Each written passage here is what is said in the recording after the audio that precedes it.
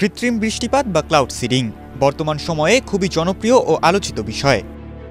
কৃত্রিম বৃষ্টিপাত হল প্রকৃতির ওপর বৈজ্ঞানিক প্রভাব খাটিয়ে সংঘটিত জোর করে বৃষ্টি নামানোর পদ্ধতি।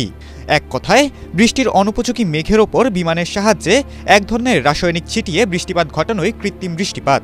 সাধারণত উন্নত দেশগুলো প্রকৃতির ওপর নির্ভরশীল না হয়ে অতি খরা ও বায়ুদূষণ এড়াতে ক্লাউড সিডিং পদ্ধতি ব্যবহার করে থাকে।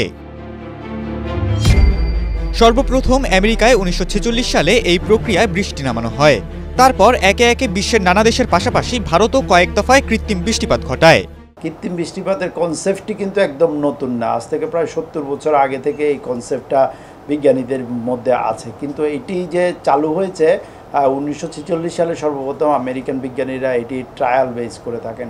এর পরবর্তীতে ইন্দোনেশিয়া, চায়না, এমনকি আমাদের প্রতিবেশী রাষ্ট্র ভারতও কয়েক দফায় এই ধরনের কৃত্রিম বৃষ্টিপাত ঘটিয়েছে। ভয়াবহ তাপদাহে প্রায় গোটা দেশেই বিপর্যস্ত, বাতাসে যেন আগুনের হলকা। সেই সাথে বায়ু দূষণের তালিকায় ঢাকা বরাবরই শীর্ষে।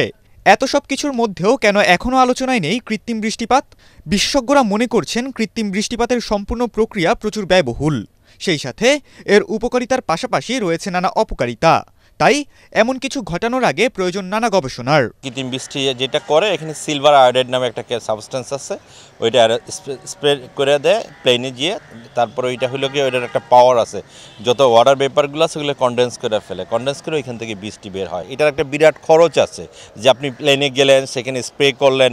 এই কৃত্রিম বৃষ্টিটা খুব একটা জনপ্রিয় হয় নাই পৃথিবীতে, কিন্তু কিছু জায়গায় যে হয় নাই তাও না। এটার মেইন না হওয়ার কারণ হলো, প্রথম এটার প্রচুর খরচ যায়, সেকেন্ড হলো গিয়া এটার পরিবেশের জন্য ভালো না, আর থার্ড হলো রেইন যে অনসেট আছে সেই অনসেটটাকে চেঞ্জ করে দেয়, যার ফলে আমাদের নর্মাল যে রেইন হওয়ার কথা ছিল সেটা মেবি চেঞ্জ হয়ে যায়। ওয়ালটন এসিতে ইনস্টলেশন একদম ফ্রি। এই ধরনের বৃষ্টিপাতের পরিকল্পনা করার আগে এখানকার মেট্রোলজিক্যাল কন্ডিশন, ক্লাইমেটোলজিক্যাল কন্ডিশন, ভূতত্ত্ব এবং ভূপ্রকৃতিগত অর্থাৎ সার্বিক পরিবেশগত বিষয়গুলো আরও পুঙ্খানুপুঙ্খ বিজ্ঞানভিত্তিক পর্যালোচনা করে এই সিদ্ধান্তে যেতে হবে। তা না হলে আমরা আমাদের যে পরিবেশ প্রকৃতি রয়েছে, ইকোসিস্টেম রয়েছে, তার উপরে একটি বিরূপ প্রতিক্রিয়ারও ঝুঁকি তৈরি করবে। উপকারিতার চেয়ে অপকারিতা বেশি মনে করে প্রকৃতির বিরুদ্ধে না গিয়ে এ ধরনের পরিকল্পনা না করার পরামর্শ আবহাওয়াবিদের। প্রকৃতিকে যদি আপনি প্রকৃতির মতো চলতে না দেন, তাহলে কিন্তু আর একটা দুর্যোগ ঘটায় ফেলবে সে। তাহলে তো বেশ বঙ্গোপসাগরে বা অন্যান্য সাগরে যে ঘূর্ণিঝড় সৃষ্টি হয়। চলমান তাপপ্রবাহ ও বায়ুদূষণের বাস্তবতায় বাংলাদেশে এই পদ্ধতি ব্যবহারের উপযোগিতা যাচাই করা এখন সময়ের দাবি। তীব্র তাপদাহ, খরা কিংবা অন্যান্য প্রাকৃতিক দুর্যোগ এড়াতে ইউরোপ ও মধ্যপ্রাচ্যের বিভিন্ন দেশসহ এশিয়ার নানা দেশেও এখন কৃত্রিম উপায়ে ঝরানো হচ্ছে বৃষ্টি।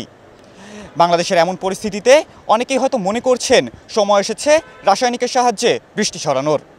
তবে প্রচুর ব্যয়বহুল ও পরিবেশের সাথে খাপ না খাওয়ায় বিশেষজ্ঞরা মনে করছেন বাংলাদেশে এই প্রক্রিয়ায় বৃষ্টি নামানো অসম্ভব। খালিদুল ইসলাম তানভীর, এটিএন বাংলা, ঢাকা।